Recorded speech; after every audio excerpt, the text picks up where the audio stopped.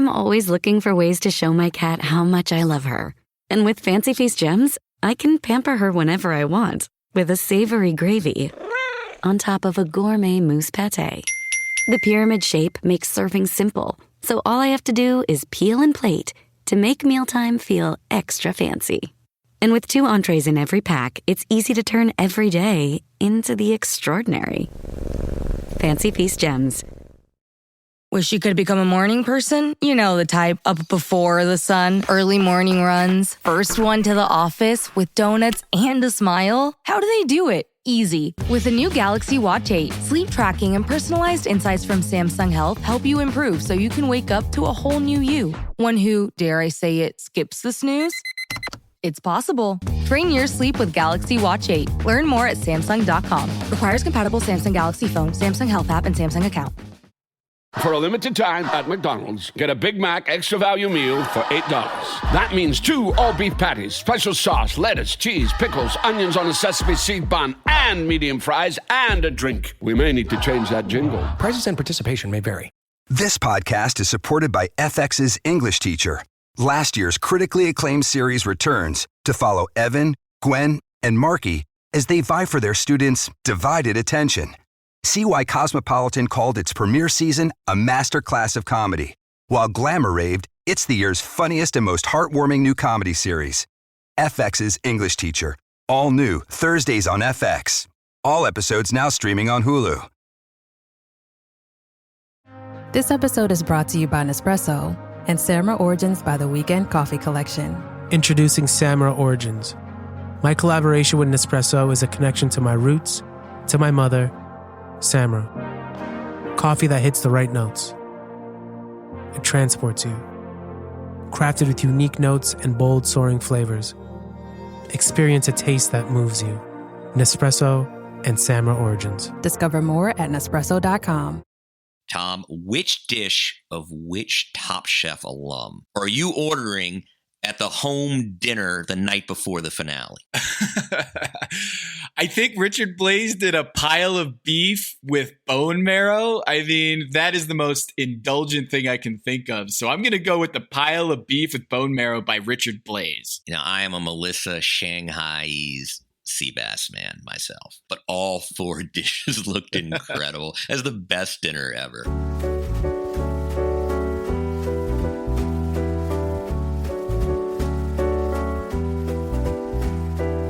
This is Pack Your Knives. I'm Kevin Arnovitz. And I'm Tom Haberstroh. Tom, the finale is upon us. The season 18 finale. We have 3 contestants, Gabe, Shota, and Dawn. And as we know, the parameters pretty open for a finale. These folks are going to create a 4-course meal. That's where we stand. There's a lot of time. They get 3 hours the first day, 6 hours the second day. The world is their oyster. They select a sous chef from the previous 3 chefs who were eliminated. Right. And first of all, I mean, Dawn looks freezing out there. Can we get her a jacket, please? I mean, she's standing out there in the cold, and I think Gabe's wearing like this hoodie, and Shota's wearing a jacket, or maybe the other way around. No, Shota's in a t-shirt because like he's from Seattle, and like cold, dreary weather, people just act like it actually isn't happening. That's the funniest thing about going to like Portland and Seattle in the winter is like it's raining and people just kind of hanging out, talking outside, and they're completely immune to the conditions. Poor Dawn, who's from Texas, Houston, Texas there, and Gabe, who's Austin, Texas. They're just like freezing. But Dawn is shivering, and someone mentions, the scenery, and she's like, yeah, it's beautiful, breathtaking. Can we get the show moving, please? I am freezing out here. So they got to do this draft. As we do every time during the finale, we get a reunion of sorts of Top Chef eliminated chefs. And so here we have Jamie, Byron, and Maria. They come out, and Dawn gets to go first. Kevin, Dawn getting to go first. Typically in these drafts, it's kind of the kiss of death, is that getting the first draw is not necessarily an advantage. Statistically, that is not something you want. For whatever reason, you clam up and you pick someone that maybe is a little, getting kind of cute with the pick. But here, Dawn gets the first pick. Were you surprised with her choice of going with Jamie? I'm back, bitches! Not necessarily. It's hard to kind of know because It's a very specific skill. It's prep, it's sublimation of ego, it's just being dutiful, being well organized. It was funny. I don't think either of us necessarily last season would have said, not having worked in a kitchen with these folks, hey, Brian Malarkey's the sous chef of all sous chefs. Right. And yet to these contestants, it was just completely evident, right? Like Malarkey was going to be the choice as sous chef, right? He played the heel, he's this entrepreneur, and yet it was just a natural so it's hard to know without having been in the kitchen. It's hard to know who's sort of just a great second banana. Yeah, and I guess it's just, do you get along with Jamie? Dawn chooses Jamie. Shota picks second. He goes with Byron. And Gabe gets Maria, which, a little bit of foreshadowing here. It seemed like the best option for Gabe considering their Mexican cuisine strengths here. So Dawn goes with Jamie, and from the get-go, it kind of seems like the same issues for Dawn keep creeping up, where it takes a little bit. She even admits it. Dawn is like having a slow development process with her conceiving of her dish. And a lot of times Jamie's kind of pushing back and being like, do you think we're going to have enough time, or do you think that's a little much here? Yeah, it's funny because you would think that if you are getting down to the final 7, 6, 5, if I was a chef on the show, I'd already be thinking about my 4-course meal. I'd probably be thinking about it before I even got on the plane. I'm not prescribing this because I think what happens over the course of the competition is you learn certain things about yourself. The time constraints allow for this and not that. What's going to be available seasonally. And, what have the chefs liked of yours the most, I imagine would factor into that. But I was surprised at the improvisational nature of the menu building with everybody except for Gabe. Gabe struck me as a guy who came in with some very specific ideas about what he wanted to do. Like, he was going to have a wild first course that paid tribute to a classic dish that you might not otherwise see on a menu. He was going to do some kind of raw dish, an aguachile or a ceviche, whatever it is, right? Yeah. He was clearly going to have an entree, a protein with his mole. And I think that he was the guy of the three that seemed like he arrived at the finale with a very specific plan. Correct me if I'm wrong. For this season, because they're in the house, they're not doing like a break before their finale. Right, where they go home for a month and they come back. Yeah, I got the sense that was true, yeah. Dawn, I guess, before she goes on the show, she might have done some homework and said, all right, if I get to the finale, I've got to just come up with some dishes that I know I can nail, that I know if I'm going to do a 3-course, because every season they have the same thing. It's like a progressive menu, 4-course, 3-course, whatever it is, and I'm going to map it out. And of course, like you said, when you're in a new location, you don't necessarily know what kind of ingredients you're going to be working with. But I'm with you. Gabe seemed to have the most clarity and preparation in the progression. And it wasn't like Shota. I was surprised by Shota. That second dish seemed to be his downfall because he originally was going to have it like protein forward, at least have more octopus in there, and then edited it back and had it more focused on the veggies.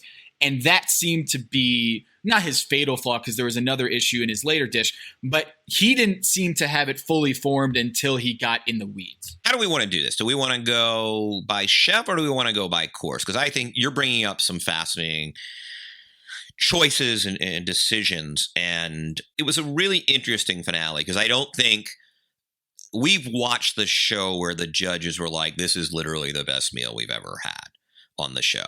I feel like I've seen that a number of times, and perhaps as the show evolves, the chefs get better and better.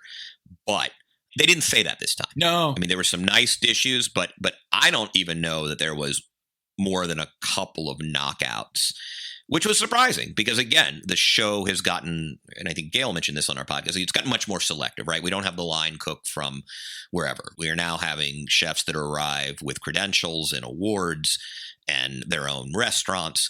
And it seemed like a somewhat underwhelming performance by the group collectively. Not that there weren't some real dishes that sang, but this seemed, I don't want to say disappointing, but in comparison to previous finales, there was less fanfare, there was less euphoria at the judges' table. So Kevin, let's go course by course here because I love the way we grade like a boxing match. We grade each round and see who wins the round, so to speak. So let's go course 1. Shota comes out with the sashimi 3 ways and just visually absolutely stunning what he does with this dish, Kevin. This is Shota being Shota. It is a delicate, beautiful jewel box of a plate, right? These 3 stones, these emeralds, it's gorgeous. Sashimi's delicious, right? And you treat it the right way. Those are some of the best bites in the world. And he plays to his strengths, and it serves him really well. Those look just fantastic. And the little gold chip in there too was a nice touch. The flakes, yeah. It's just visually beautiful. I think it was like a cured salmon. So it wasn't just he took this flesh and put it on the rice doing sashimi. He took care in each of those proteins that he put on the plate. Gabe goes with the pig head pibil head cheese with 3 sauces. I've had pig head before, actually the restaurant in Cleveland. I forget the name of it. Oh yeah, what is that place? And it's totally grossed out the rest of the people at the restaurant when it wheels out to the table. But it's still a little alarming when I think it was Maria pulls the pig head out of the pot after boiling the pig head out of the pot. And it's just this massive animal head pulling out of a pot. It's still a little it takes me aback a little bit when I see that. Greenhouse Tavern in Cleveland, which closed sadly. Oh, that was one of the best meals you can get in Cleveland, so that's too bad. It was a really great place. I think the matchup with Maria, where Maria totally gets what he's going for here, was a really fortunate happenstance that Maria was the 3rd chef for Gabe in this. It seemed random, but I would probably argue that if Gabe had the number 1 pick, he'd pick Maria, and it shows in this dish where it's just like, yeah, this is a very authentic Mexican dish that they put together here. So head cheese, of course, is the least appealing name for any food on the planet, right? But it's basically a terrine made from, the meat of the head. He does something really interesting, and it's a choice that might have, I think, docked him a little bit from some of the judges, which is once he has the terrine, he breads it in masa and then they fry it. I think in an effort to get some real crisp, but I think a couple of the servings for some of the judges didn't get that crispiness. So, it's kind of one of those things when you fry something, if you get that crispiness, oh, you're in good shape. If you don't, it can be a little soggy. It can be oily. It does. So it looks like he did really well. They loved his sauces. And I think, as Gail said earlier, he is sort of the saucier of the season. There is something to be said for, our buddy Jen was also kind of a big saucier, and it's just a real nice thing, right? You have a dish like that, you have the primary component, and it can really kind of round you up in terms of grade when you just have those gorgeous sauces, and he clearly just nailed those. Yeah, and they're 3 different colored sauces, texture and flavors, and so it's not just he's giving you a sauce, he's flexing a little bit and saying, I'm going to do not 1, not 2, but 3 different sauces with this dish. So I thought that was a well-conceived dish. The execution could have been better, like you said, with the frying of the head cheese. This menu is really coming to me slowly, but just as in my athletic career, I would train 4 years to be on the Olympic team and compete for only a few seconds. This is the meal of my lifetime. I'm going to give the judges everything I have.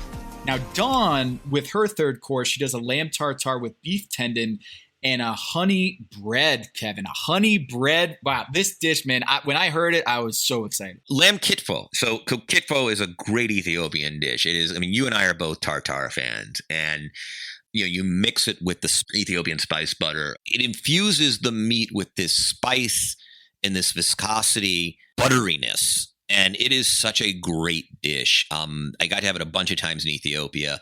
It's some spicy stuff. You have to I had to mild it down for myself. But she's going to do this. She assembles it on this beautiful, this bone marrow. I think some cherry tomatoes. There's this beef tendon chip, one of those beautiful puffs, and the honey bread and the banana leaf, I think.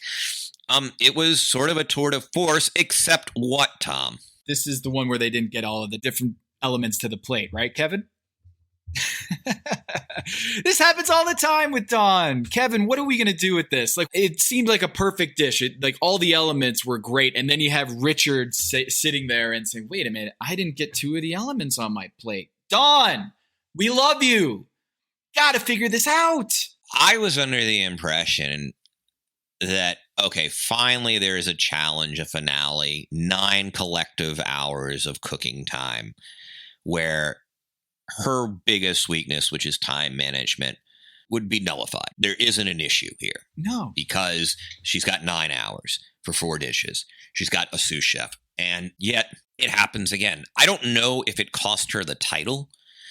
It's hard to say how you grade them out. Had she been able to kind of win the round, I don't know. Shota's sashimi was pretty good. But I don't know that we've ever seen a chef testant in this situation where just a persistent problem plaguing you from literally the first challenge to the last. I graded this one. Shota wins this round. He gets 1 point for me. I just did it first, second, and third place.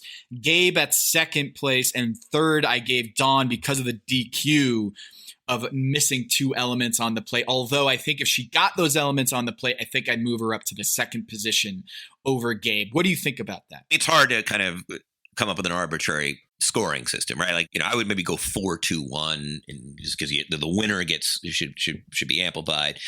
But yeah, I mean, it seemed like that. I mean, Shota turned in a perfect dish, a dish that was beautifully representative of his work, which I think is something that the chefs really want. I mean, they're still looking for kind of journey. They're still looking for a through line for the meal, and he starts it exactly at the embarking point that you would expect him to start. And I think, as you said, Dawn finishes last by virtue of the fact that she didn't get the elements on the plate. I think it might have been a better dish than Gabe's. I mean, obviously we haven't tasted it, but she clearly comes in last because she cannot get items on the plate. Kevin, we forgot to talk about the night before meal. I know we said it at the top of the episode, but now that we've done the first course and we talk about Dawn and her issues with the plating or getting everything down on the plate, let's take a little break here and talk about the night before when they walk back into the house and they see like the 7 or 6 alumni standing there. They all just have this face of fright. Oh, shoot. Hi, Chefs, please. All the all-stars here? What in the world is happening? Our guy Dale Talday comes out and says, Couldn't make it that easy, right? You 3 have to choose one of us to cook against, and the loser will be going home. Psych!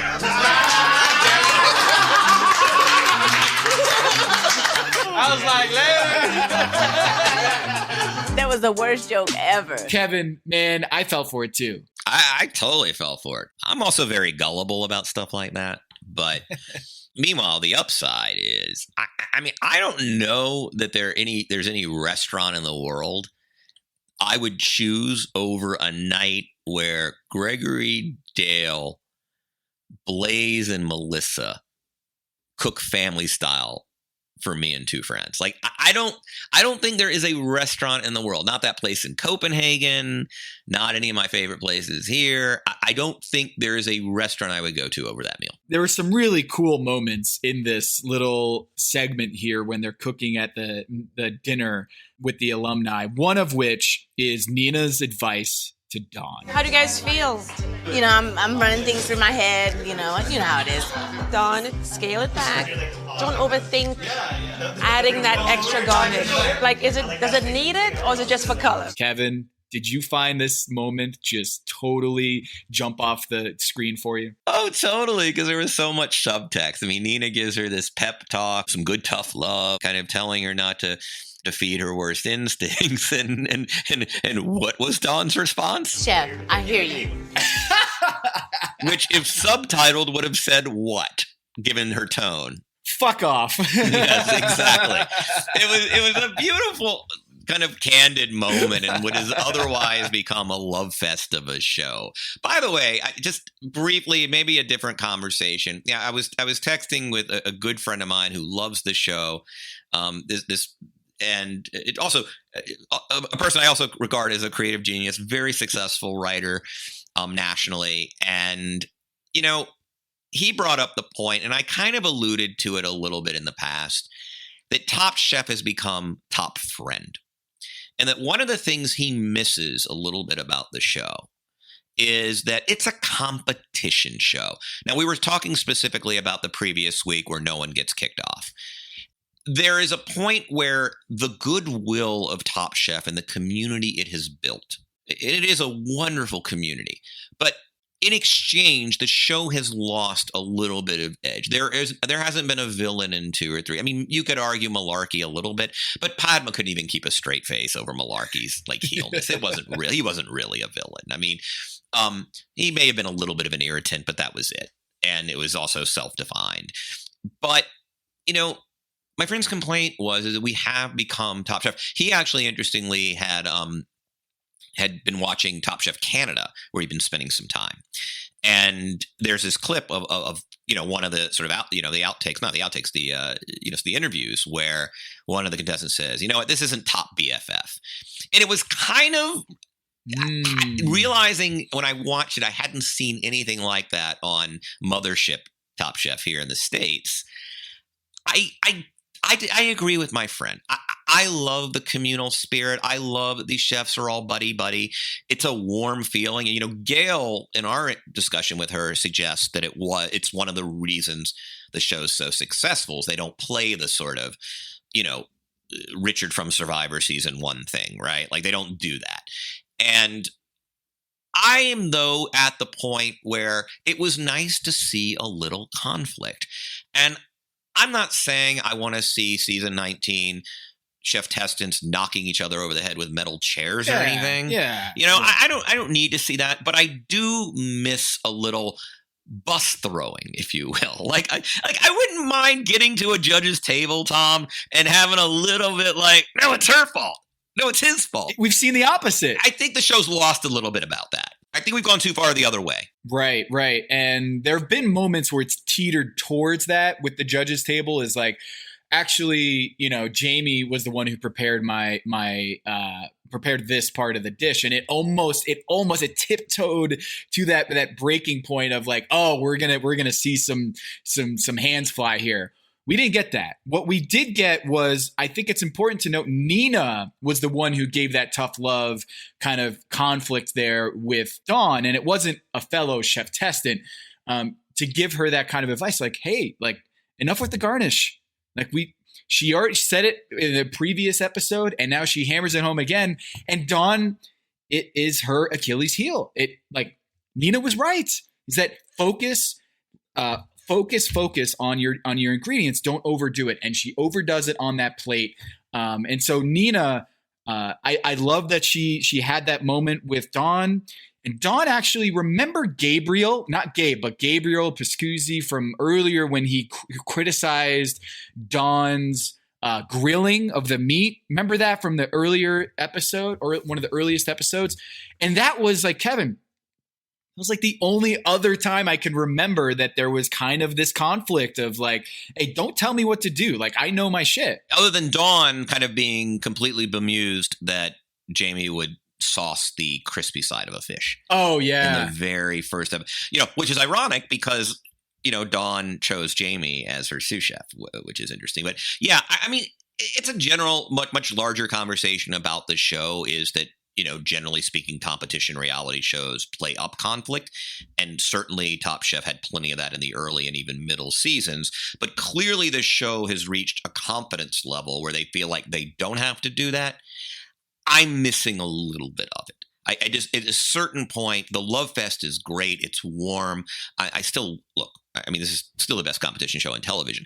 But I wouldn't mind in future seasons for there to be a little static. It is getting precious, I think, to some degree. Now that we're out of the house, let's go back to the second course here. So Shota, after Dawn forgets 2 elements on the dish, not heeding the advice from Nina, going into this, I thought maybe Dawn would just fall apart here. And if you're Shota or Gabe, the defender in front of you just stumbled, and now you have a clear lane to the basket. For Shota and Gabe, it seems like Dawn's issue in the front might have opened up this opportunity for them to just run away with this thing. So in course 2, Shota, this seems to be one of the more surprising things is that Shota didn't have the conviction with this dish and decided to do an octopus karaji with water spinach and burdock root that turned out to be, he shifted a little bit to be more veggie focused, which the judges loved the veggies. There was some complaint about the burdock root being a little bitter. Yeah, there was discussion about, you're right. But I think it's to your point, one of the reasons is it might, by virtue of the fact that the vegetable was the highlight, there's a reason you don't get like burdock root as the main ingredient in a lot of dishes, right? Other than maybe in a Japanese country cooking, there might be a little dish there, but it's right. It's probably because of that. I mean, you want to accentuate the protein. We're going to talk more about this in the third course. Listener, listen up. This is important. Okay. I'm going to try to save you some money here. If you're still overpaying for wireless, it's time to say yes to saying no. At Mint Mobile, their favorite word is no. You may think like, oh, that's bad. No contracts, no monthly bills, no overages, no hidden fees, no BS. Here's why I said yes to making the switch and getting premium wireless for $15 a month. You heard that correctly. $15 per month. Ditch overpriced wireless and the jaw-dropping monthly bills. And of course, there are all these hidden fees and stuff, but at Mint Mobile, plans start at $15 per month. All the plans come with high-speed data, unlimited talk and text. You're not doing like weekend and nighttime minutes or anything like that. And it's delivered on the nation's largest 5G network. Use your own phone. Don't have to get a new phone. Use your own phone with any Mint Mobile plan and bring your phone number along with all of your existing contacts. I switched months ago. People have asked, did you actually switch? Yes, I actually switched months ago, and I don't know what to do with all this extra money. I've cheated the system here. I've rigged something. This is an Ocean's 11 situation where I'm stealing wireless from Mint. That's how good a deal it is.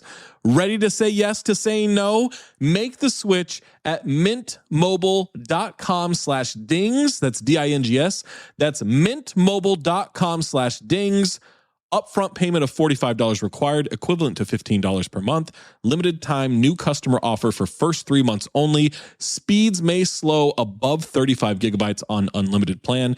Taxes and fees extra. See Mint Mobile for details. Hello, listener. It's Producer Maze here to talk to you about Quince and their cookware. Cooler nights mean cozy meals at home, and Quince's cookware has made fall cooking so much more enjoyable. Their pieces deliver the quality and performance of luxury brands, but at a price that makes sense. And they look gorgeous on the stovetop, too. No matter what item you need to complete your kitchen, Quince has you covered. With 5-ply stainless steel pots and pans, nonstick skillets, chef-quality knives, and even ceramic bakeware, which is perfect for cozy casseroles or Sunday roasts. And when you look at these prices, you might think, how is Quince doing this? How do they deliver high-quality items similar to high-end brands that are half the price? Well, let me tell you, they partner directly with ethical top-tier factories to cut out the middlemen and pass the savings on to you. And it's not just cookware. I got myself some bath sheets. That's right. When you're a tall man, you have to use bath sheets, not bath towels from Quince.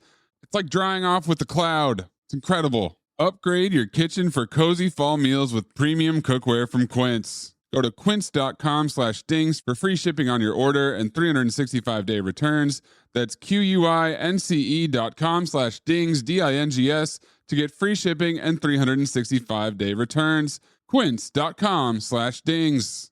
Hello, listener. It's Producer Maze here to talk to you about Kindred. Now, close your eyes like Owen Wilson during a job interview and imagine a way to travel that feels personal, comfortable, and connected without the price tags and the sterile feelings of hotels or short-term rentals. Now open your eyes and stop using your imagination because Kindred has made it very real. That's exactly what they do. Kindred is a members-only home swapping network. It's not a hotel. It's not a short-term rental. It's a smarter way to travel where each stay feels like home. Here's how it works. With Kindred, your home is your ticket. You earn credits by hosting fellow Kindred members, and then you use those credits to stay in over 220,000 homes in more than 100 cities worldwide. There are no hotel costs or rental fees, just the credits that you've earned. Every stay comes with white glove service, 24/7 trip support, and $100,000 in host protection. Make it easier for you to travel and enjoy yourself and not worry about details. I've used Kindred and I found an amazing home for a weekend getaway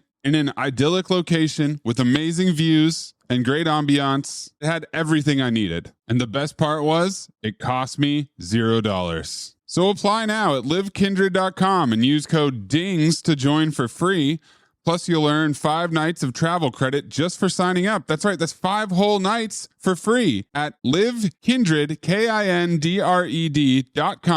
code DINGS, DINGS, livekindred.com, code DINGS.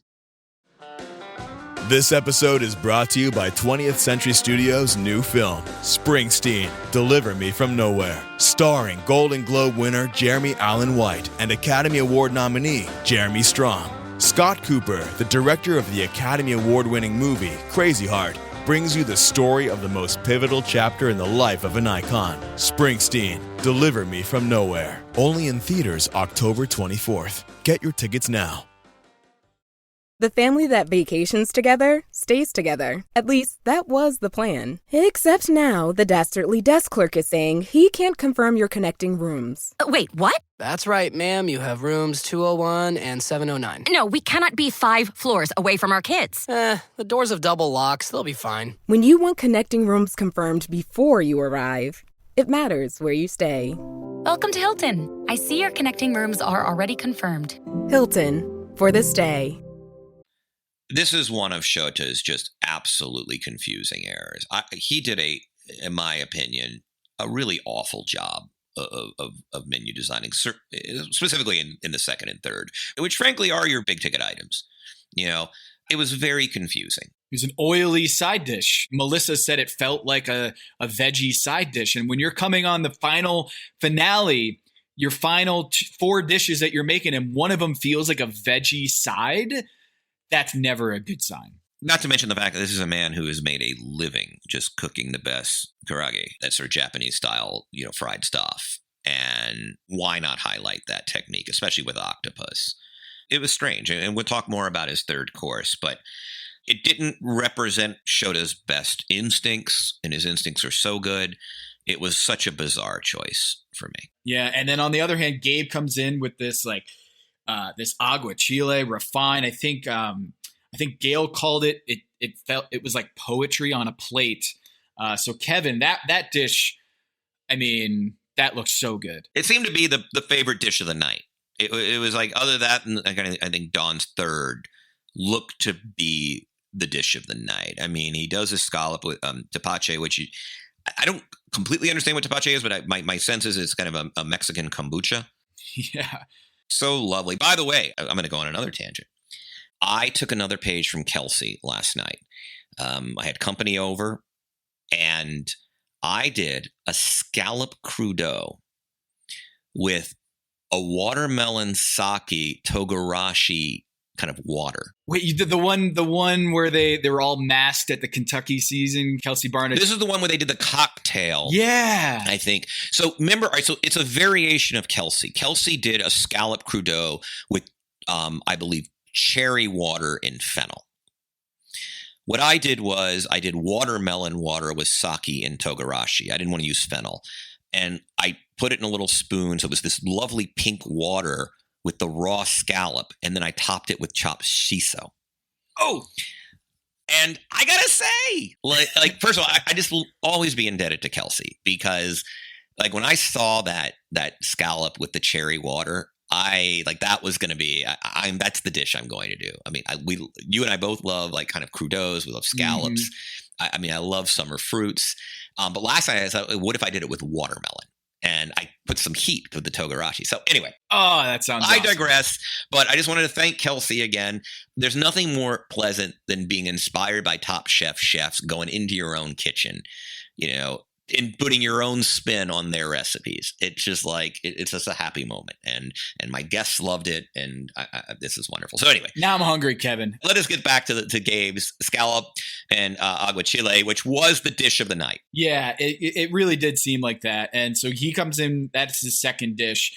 Then Ton comes in with this green gumbo with Carolina gold rice fritter, and man, anytime you bring in Carolina gold rice, my ears perk up a little bit. This looked like it should have been a knockout, and it didn't land, particularly because the either there's too much seafood or the seafood wasn't cooked properly. But Tom Colicchio had a real tough time with this one. Green gumbo is a creation of Aaliyah Chase, who was a Creole chef in New Orleans, and just one of the great legends of New Orleans cooking. Apparently, she absolutely nails it, and the hush puppy that accompanied it was great. But as you said, the complaint from Tom seemed to be that the seafood wasn't really integrated into the plate, that it just was sort of standalone. It looked like an additive rather than a true element and component of the dish. So that was the complaint, though. The herb gumbo was, I think, pretty much loved by everybody. And if I'm going to get a complaint about a green seafood gumbo, that the seafood didn't really feel like it was part of the dish, I'm okay with that. Like that seems like nitpicking to me. Like it was a successful dish. And for me, this is how I scored it. Gabe wins this one, Don at second, and then Shota comes in third here with his veggie side dish. That seems like it was a pretty no-brainer there. And the order was pretty well defined. Gabe, clear winner. Shota kind of seemed to have the biggest misstep. So we move on to it was essentially the entree. Yep. And you could argue, Tom, that the third course of the finale meal is the most important dish in an entire Top Chef season. This is it, right? You can play around with crudos and soups and gumbos. You got dessert later, which is always, it's nice, but let's face it, it's something they do grudgingly. I think most chefs on that show. But this is the highlight. This is the main event of the main event. This is the dish, Tom, that should define your body of work on Top Chef. It should be representative. It should be creative. It should be inspired. It is the dish that you go live and die with. It is the dish. So I'm always curious about what they're going to choose. We've watched these chefs for the better part of 4 months. We know their strengths. You would think to work your strengths. And what I'm about to say, Tom, is I have never been more confused and disappointed in a chef than Shota cooking Japanese curry, which looked delicious. Beef tongue curry. I'm sure it is delicious with a mound of rice next to it. This is a man who is one of the most refined, technically advanced chefs that have come through that kitchen, Tom, in several seasons. His presentation is artful as anybody's we've seen in recent seasons. And what he gives these chefs at the tasting menu refined meal of the season is curry and sauce with a mound of rice. There's no technicality really applied. Look, nailing the protein and making the tongue tender and braised, that I'm not saying it's not skilled. But as Melissa rightly said, it looked like a staff meal. You know what the staff meal is? When she said that, Kevin, I gasped because that was a direct hit. That was like, boom, that is a crushing blow. When Edward Lee was starting out saying... Shota's dish kind of got me a little emotional. To see something that kids would make fun of me at school for eating, to now see this on Top Chef, to me is a very special moment. And I absolutely love this dish. Having said that, The rice was definitely a little crunchy. He did a great job making a true version of it, but I did feel it's a little staff mealy. Your speech was a lot like your parents being like, Kevin, I'm not mad, I'm just disappointed. And it seems like they were too. Melissa's not exactly like, she's not Richard Blake. She's not throwing zingers. I mean, she is a complimentary chef. She doesn't take, she'll give constructive criticisms, but she rarely does anything with that sort of characterization. And she was right. And I just feel like you present food as beautifully as any chef. It is one of your great assets.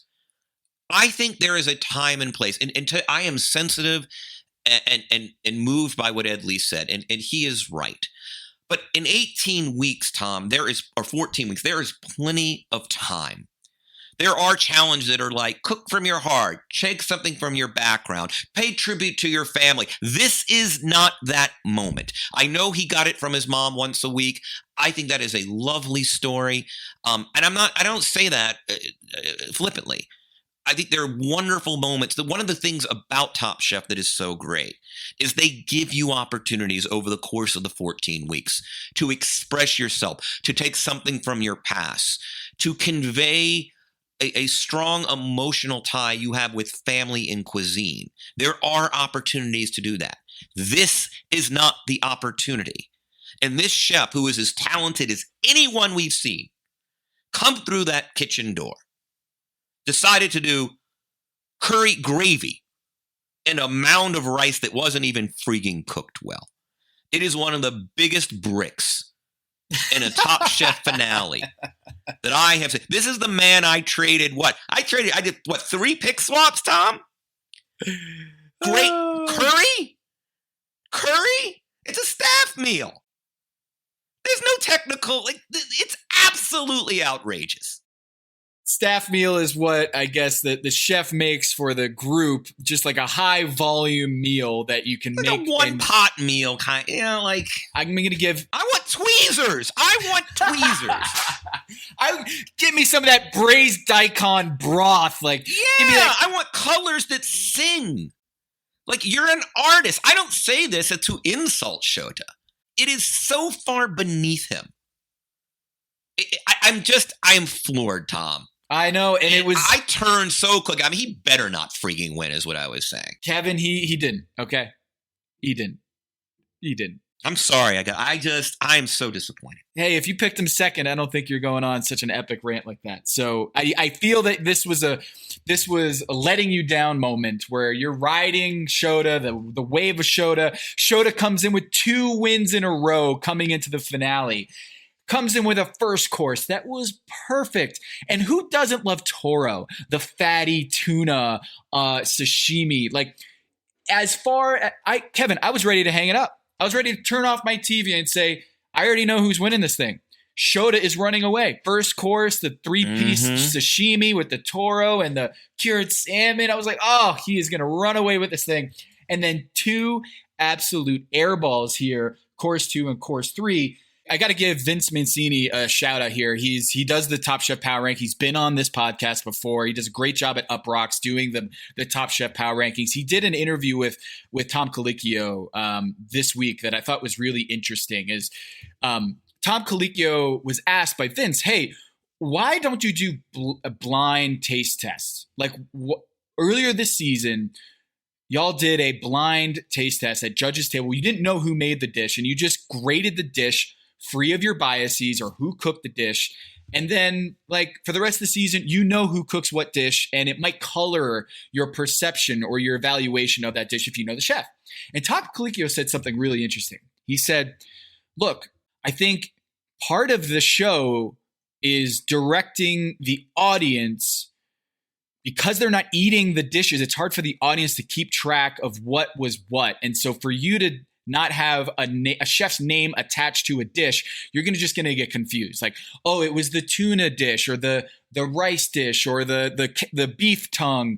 Like, for the show's direction, is attaching the chef to the plate is so important to understanding the traffic of the show that it would be very hard to follow if you didn't put a name to a dish. So that's one reason. But the second one is, exactly what happened here with Ed Lee and Shota is we can separate the story from the dish. Did it taste good? Was it executed properly? Because Edward Lee, from that preamble, you might have thought, no matter what Shota puts on that plate and how it tastes and how it's executed, Edward Lee's going to have a soft spot for that dish. But the opposite happened, and they actually were able to grade the dish on its merit rather than be colored or brainwashed from the story. And so I thought Tom Colicchio was on point with that comment is they have shown time and time again on this show that they are able to separate the chef from the chef's food. And so, maybe the biases pop in. I wouldn't go as strong as what Tom said and said there were no biases. They don't have biases when it comes to cooking. I think it's a little too strong to speak in absolutes there. But I do think it's really emblematic. What happened here with Edward Lee and Shota is that the story can be amazing, but the food has to be good. It has to look good. It has to taste good. It has to be executed properly. Nobody complained about the taste. The rice was crunchy. It wasn't the rice. The rice is a travesty. Here's what I would say. And by the way, because I am sensitive to narrative, and I think one of the reasons this show has soul is they're telling a personal story. Okay, let's do it this way. Why not a deconstructed curry? You want to pay tribute to Mom? You can do he's so creative and so gifted with presentation. Why not do a deconstructed curry or something an elevated curry? I think he's one of those chefs who could do this. Is just elevate the simple, but don't put the simple on the plate. It's unbecoming in the finale. It just is. Anyway, I'm sorely disappointed. I found it to be an interesting and very confusing choice and decision that he made. And it might very well have cost him the title of top chef. In contrast, let's talk about Don and Gabe's entree. They nailed it. Gabe comes in with this short rib dish with the mole, charred mushrooms. I think Tom might disagree with whether that was actual mushrooms. He thought it was overcooked. Yeah, one man's charred is another man's burned. I love a charred veggie, so I'm okay with that. So he did this chichilo negro mole, which looked like chocolate cake. When he presented that dish, it looked like something I'd order at a fine dining restaurant, like a chocolate cheesecake or some mousse chocolate cake. But no, it's a short rib with the mole. It looked so good. And man, this was Gabe on a plate. That was it. It was exactly what you were talking about at the front end, is do something that you're good at, that speaks to who you are as a person, and execute the heck out of it. And that's what he did with this short rib dish. It was beautiful. And again, representative, right? He's been doing moles all season, and here he really pulled out all the stops. He had the time, which is what mole requires, to really do the deepest of the deep moles. And again, I think Melissa said it very well. Clearly, Gabe is taking us on a tour of Mexico. So there is story, there is narrative. You can do that without dumbing down your food. And this dish was sort of epitomized that. And it was a big win for him, and it might have won him the competition. Dawn also turned in just a beauty. I had her winning this round. I had it very, very close, but because of the mushrooms, I had Dawn as well. The jerk beef cheek with braised black-eyed peas and buttered turnips. I know you have a thing about turnips, Kevin, but man, this dish... You know what? I would eat Dawn's turnips. Dawn could turn me back on turnips. The turnip turn. Indeed. And by the way, black-eyed peas are one of those things where getting the texture perfect is harder than you would think. It really, because, you don't want it too firm because you kind of lose that richness, but you don't want them mushy. You want them to kind of get infused with the smoke if you're doing a ham, whatever it is that you're kind of using, kind of as your fat. They're really hard to execute perfectly. And she executed them perfectly. Listening to Gail, and again, I was like, look, if you can nail buttered turnips, because I think turnip, that's achievement. And what was beautiful about the beef cheek is one of the nice things about the amount of time they get is braises do take time. It obviously served Shota well on his beef tongue and his curry, which again, I'm probably being too hard on it. Looked delicious, but both Dawn and Shota benefited from that. the time really allows you. The short rib too, Gabe. It's not a coincidence that all three of these chefs, as their primary protein in the main dish, chose things that required time to really do tender. It's the one time I think in Top Chef that you can do a 5-hour braise or whatever, how long they did. And that's notable because you just don't get that much on Top Chef. It really prevents you from doing a lot of those dishes. And here they all took advantage of it. So on my scoring system here, Kevin, I've got Gabe out in front going into the final course. I've got Gabe out in front with 5 points, and this is like a golf score. You want the lower score. 5 points. Dawn has 6. Shota has 7. So Gabe has the runway here. He's turning the final turn at Churchill Downs, and he's ready to cross the finish line out in front. And Shota's got to make up a lot of ground here. He's got to have a knockout punch here to win over the Top Chef. Dawn, less so. Like, she has to come out here with an amazing dish, but the last two have been really strong. So I kind of feel like if she can nail the fourth course, she's going to be in a good position. But Gabe would have to fumble it here at the end. He has really not made any mistakes other than, some of the mushrooms were overcharred. I mean, and I guess you could argue that the pig head cheese was a little salty. Like, they didn't nail kind of the texture when on the kind of frying it in the masa. But I think he is a slight favorite here. The sad thing is, it's funny when you kind of go back is, if Dawn gets everything on the plate in that first course, I think she's right there. I mean, her only error is, the seafood wasn't well integrated. But in terms of just sort of execution, she might have the best food already in the competition. It's that fatal error of hers up top. Otherwise, I think I would have her neck and neck and maybe even ahead. I mean, it's just like she just got docked for that first date, which everyone loved, which is sad. So then we come to dessert. I was always I actually thought going in, Tom, that Shota might pull I don't do dessert. Japanese cooking doesn't emphasize dessert really. That said, he clearly is gifted in the in the pastry arts because he comes out with something that I would have ordered, which is the tea cheesecake with the cedar smoked gelato. Yeah, Tom, I can almost forgive him. For the slop fest that was the curry. Almost. Not quite. Gail's only complaint was that it might have been too smoky, but I'm so in love with any smoky anything. Like, I am the guy who gets the peaty scotch or any sort of I'm that asshole who goes to the restaurant and you can do like the little bourbon that's like smoked in a bourbon cocktail old fashioned that's smoked in this glass orb. Like, that's me. I want a smoky dish. And so when she says, it might have been too overpowering, no, I'm all down for the smoked gelato or smoked cheesecake dish. Almost reeling back his position on, what he's been building up on this entire season. The fourth course dessert was excellent for Shota. Gabe comes in, holy shit, with a candied squash. That was an incredible pull for him to do the candied squash.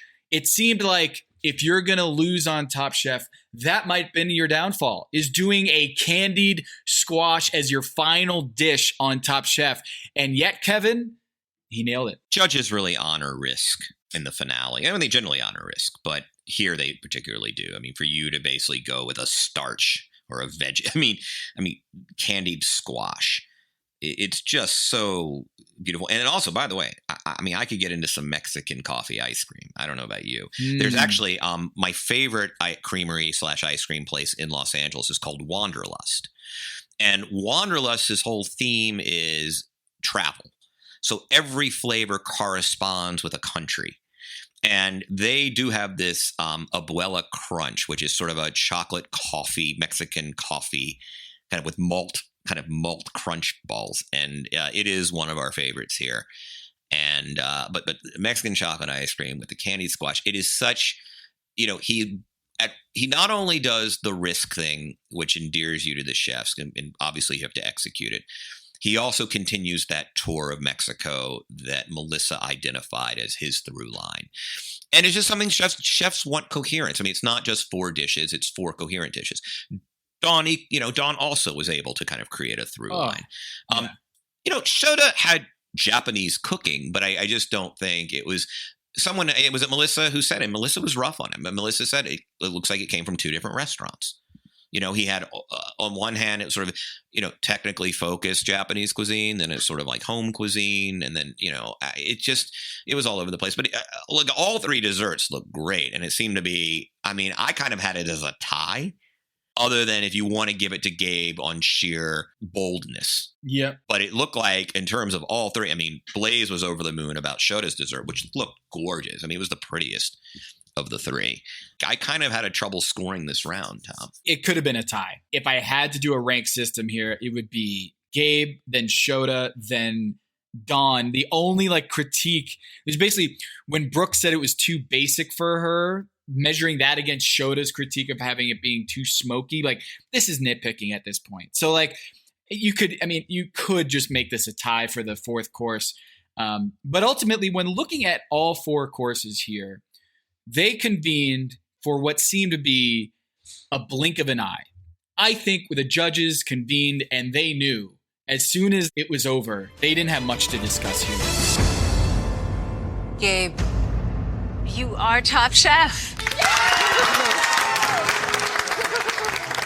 A stunner for me because I traded that number 1 pick and Shota had come in with 4 wins. He had come in with a clear game plan and confidence, and there was no injury to speak of or anything where you might be like, I'm just a little worried for Shota here going into the final stretch. That Gabe comes through with, I do think that Maria, Middle Maria as we love to call her, she comes in and was as good of a Scottie Pippen as you could imagine for Gabe. Is just the clarity, the vision, all of that, the execution. Gabe seemed to be an amazing showing for him in this Top Chef. And then Dawn, poor Dawn, just if she didn't have that mistake on the first dish, and I'm not saying this is a cumulative thing, that they were judging her mistake on that first dish as hey, this was something that a critical error that she's done throughout the season. But for me, the scoring goes Gabe, then Dawn, then Shota on this Top Chef finale. Yeah, and I think you hit on it, right? Clarity. There was a particular narrative he wanted to convey. There was a particular theme to the cooking. There was an understanding of what his strengths as a chef were, and he was going to capitalize on those strengths. And again, he seemed to come in with the clearest plan. I don't think there's anything wrong with editing, but it's interesting that Shota's big edit, the second dish, right? Rather than going to focus on the proteins, I'm going to make it kind of a veggie dish. Really did him in, right? It's not an argument against editing, and clearly Dawn's editing works in her favor often. We've been hard on her about time management, but I think it's important to note, and I'm very much a planner, and I know I'm going on vacation 3 summers from now. And so I by no means live the way Dawn lives, but I also want to recognize that many of the things that drive us crazy about her lack of time management are also instincts that allow her to be so inspired. It's a trade-off. And she makes so many brilliant strokes over the course of preparing a meal. And I think it does come from a mindset where, hey, I'm not going to tie myself to any particular outcome, because as I progress through the kitchen and through the cook, I'm going to think of things that are going to be additives and real, lovely accompaniments. And she seems to do that. And so, it's hard because I think life is beautiful that way, which is your strength also is your weakness, right? I mean, the things that drive you to success can ultimately undo you. But Gabe mitigated against that. Shota fell victim to it. Obviously, Dawn's kind of fatal flaw did her in. And I do think had she gotten that stuff on the plate, we might even be having a different conversation because she didn't screw up pretty much anything else. But, congratulations to Gabe. Shota will still go down as one of my all-time favorite chefs. As disappointed as I am, loved him this season, loved his cooking, inspired me. I literally been in the kitchen doing a couple of his videos off Instagram cooking. So, bravo to him.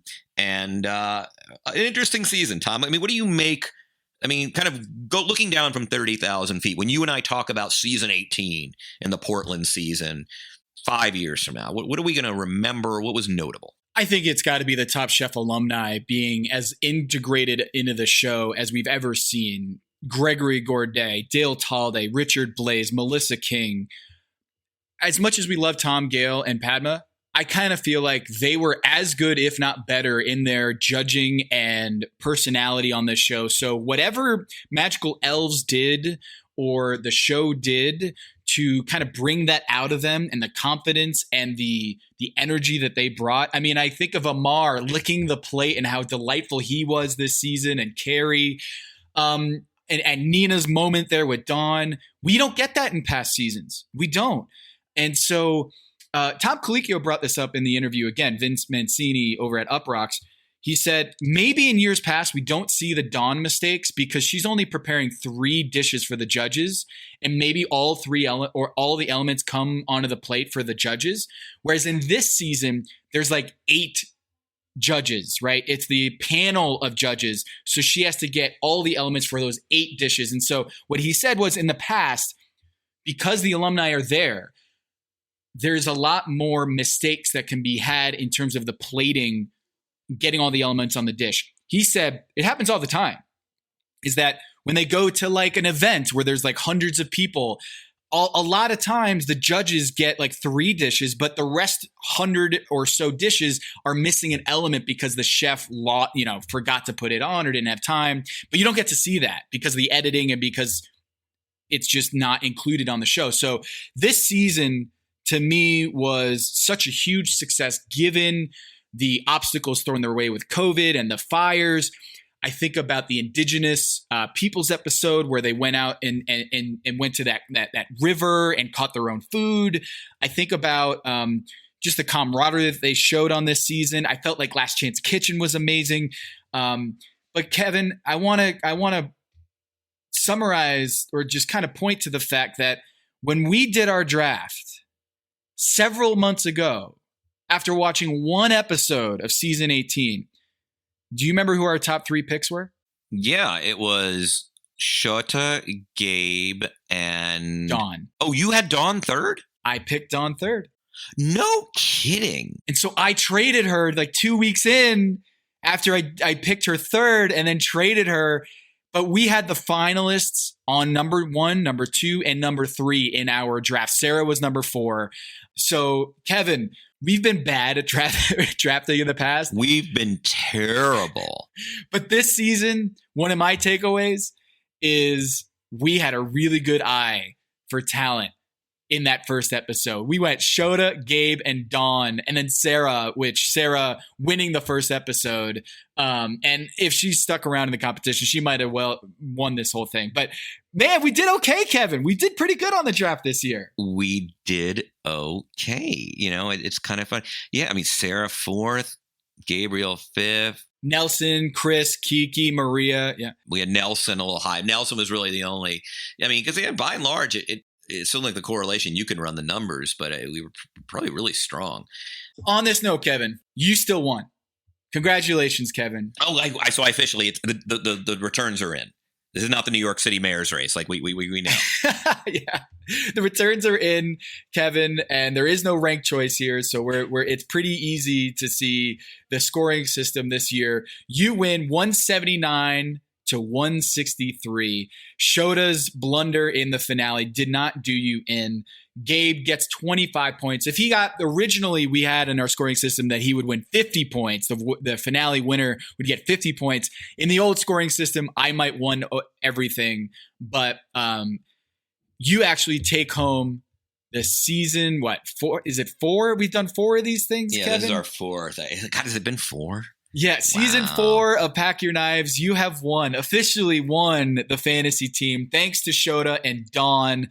Congratulations, Kevin. I want to say I'm not happy about the outcome here, and I'm going to take back my crown next year for sure. You likely will. I seem to have a real talent at not winning. And actually, you could say the Dawn trade, I think, got me the win. It was, for sure. I mean, that was the margin. By the way, I'm glad we brought it down to 25 points, because then it's like, why even have the week to week? Because the 50 just generally pushes you over. This was a lot of fun.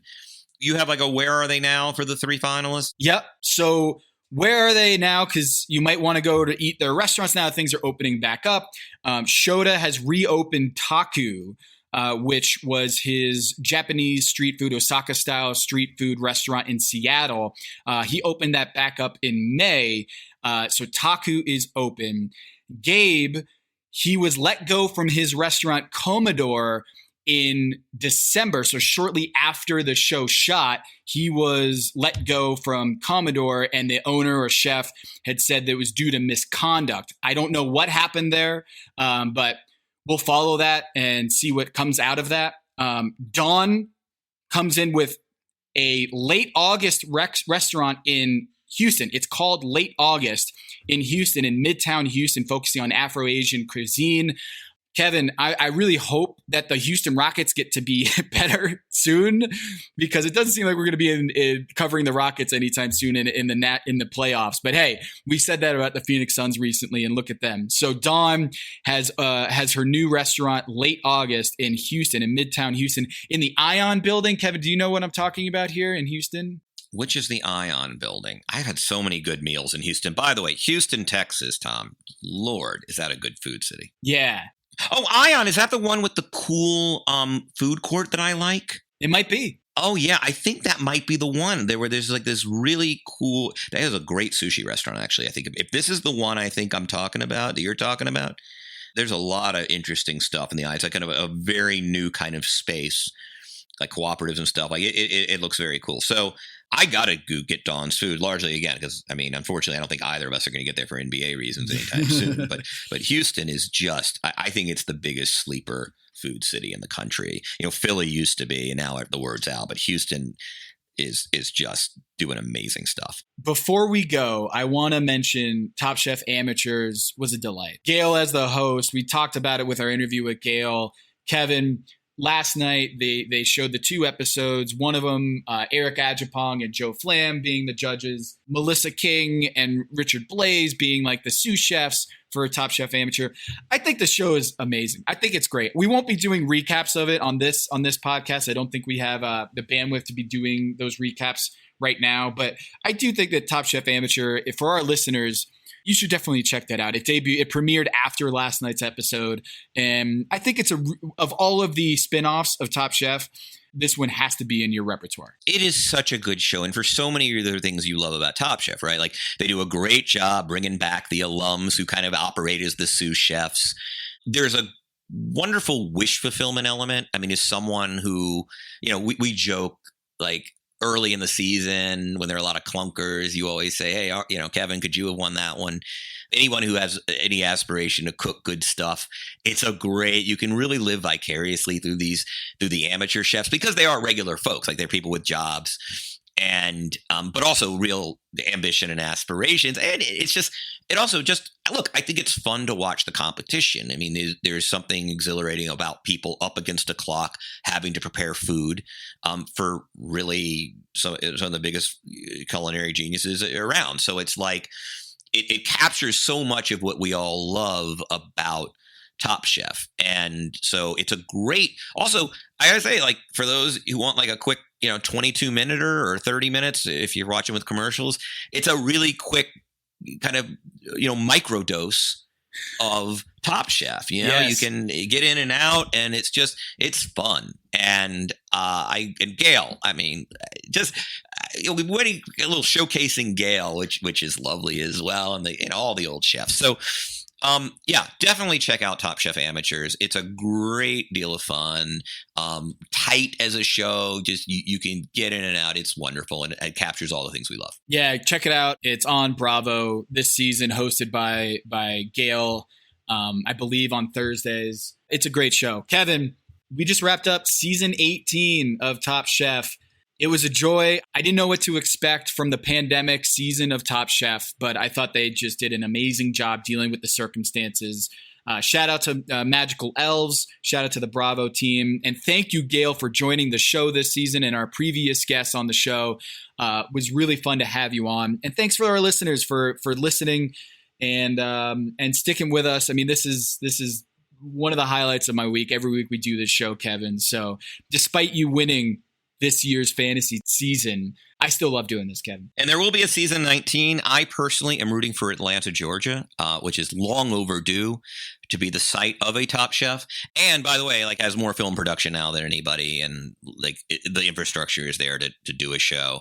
So I'm imploring and begging and all that to the good folks at Elves and Bravo, NBCU, like Atlanta, Georgia. Let's do great it. Food scene. Would be a home game for me, but you'd have to invite my mom to some of those events because she would be really disappointed if Top Chef came and I couldn't get her like into one of those little, I don't know, food trucks. And she's a little bit of a fussy eater. So that's the one thing is, you can't put sauce on anything. In fact, there should be an Ellen challenge. There should be a challenge to cook for like the Jewish ladies of Atlanta, and you can't put any dressing. Everything has to be on the side and like no butter. Don't cook with butter.